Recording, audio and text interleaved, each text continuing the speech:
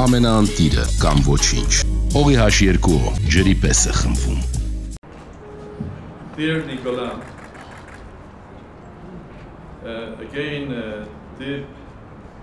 from deepest parts of my heart and Luna's heart and our family, again our condolences for this great loss. Your father, the great poet, once said very philosophically that the life is simple. There is a birth, there is a death, and in between you have life. It makes it simple. You are born, you will die, but then you have the life. But let me add something else. That in the case of a great poet, great musician, great artist like Aznavur, there is something beyond that. There is something, a second life after death. And his second life of Charles Aznavour started a couple of days ago when we were in Paris, graciously hosted by the President of the Republic of France and Madame for the absolutely beautiful ceremony of remembrance of your father, Nicolas. I mean, that was a ceremony of high dignity, nobility, and humanity. That was exactly your father. Thank you, Mr. President, again. On behalf of me, my wife, my family, the whole of Armenian nation, for what gracefully you and Madame and the people of France have shown their love and appreciation to Charles Aznavour.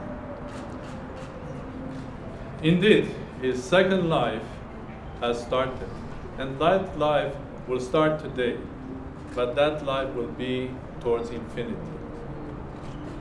He said there is birth, there is death, and in between life. His second life will be forever.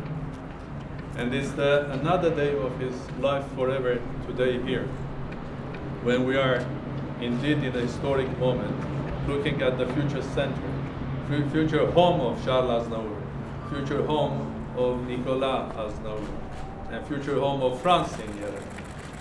I'm sure that this home will become a wonderful center of spreading all over Armenia, and not only Armenia, the word, the language, the culture, and the love and the greatness of France. And that's in your hands, Nicolas, and in your hands. In some ways, I'm a practical man, President, and I have a simple proposal. Indeed, Aznavour was a man of the world. He was known and loved, and I found his presence in places that you'd never think of. Last year I was in Uzbekistan. I told Nicolas about the story. And in Old Market, there was a carpet dealer, Uzbeki guy, and there were several photos, 4 or 5 of them, and one of them was Charles' photo. I thought it was an accident. I said, who is this? He said, you don't know. He didn't know that I was Armenian or something, you don't know. And he started singing the La Bohème in Uzbekistan, in Bukhara.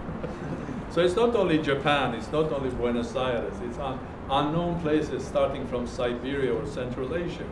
So indeed, Aznavour was the man of the world, the cultured man, the poet of the world. So I think, and that also appeared in May this year. I had a great singer, Elton John, as my guest in Yerevan. He's a good friend of mine.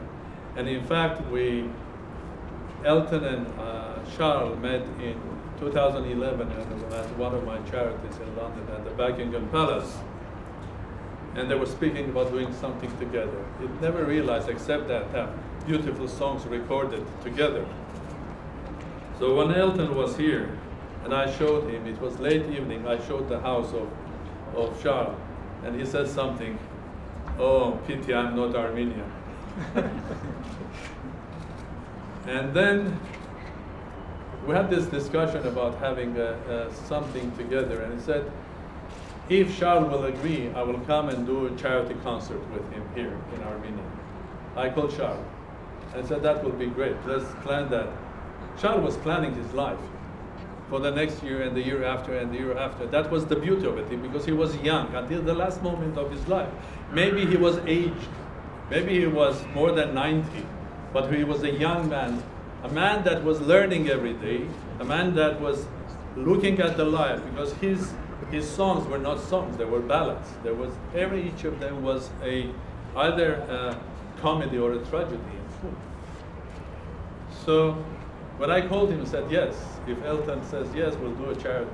So I have a practical proposal. Why don't we put together all of our efforts and next year do a big concert, charity concert, in memory of Charles Aznavour.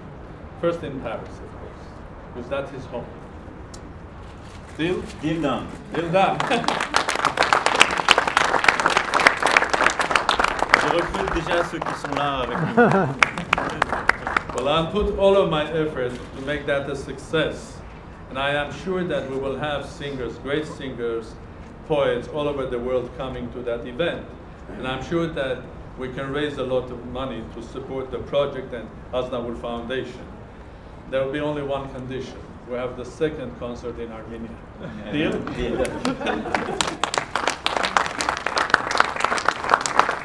Because I envisage that this home of France, this home of Aznavour, will not be his home only in Armenia, because he is loved in Georgia, he is loved in Ukraine, he is very much loved in Russia, in Central Asia, everywhere.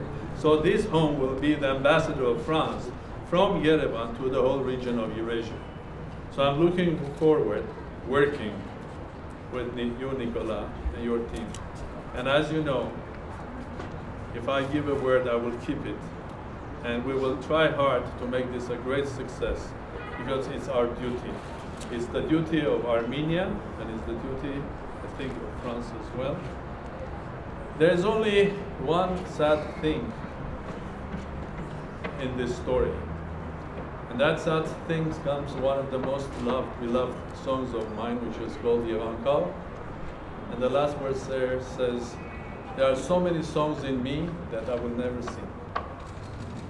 And that's Charles Aznavour. There were so many songs in him that unfortunately he will not sing.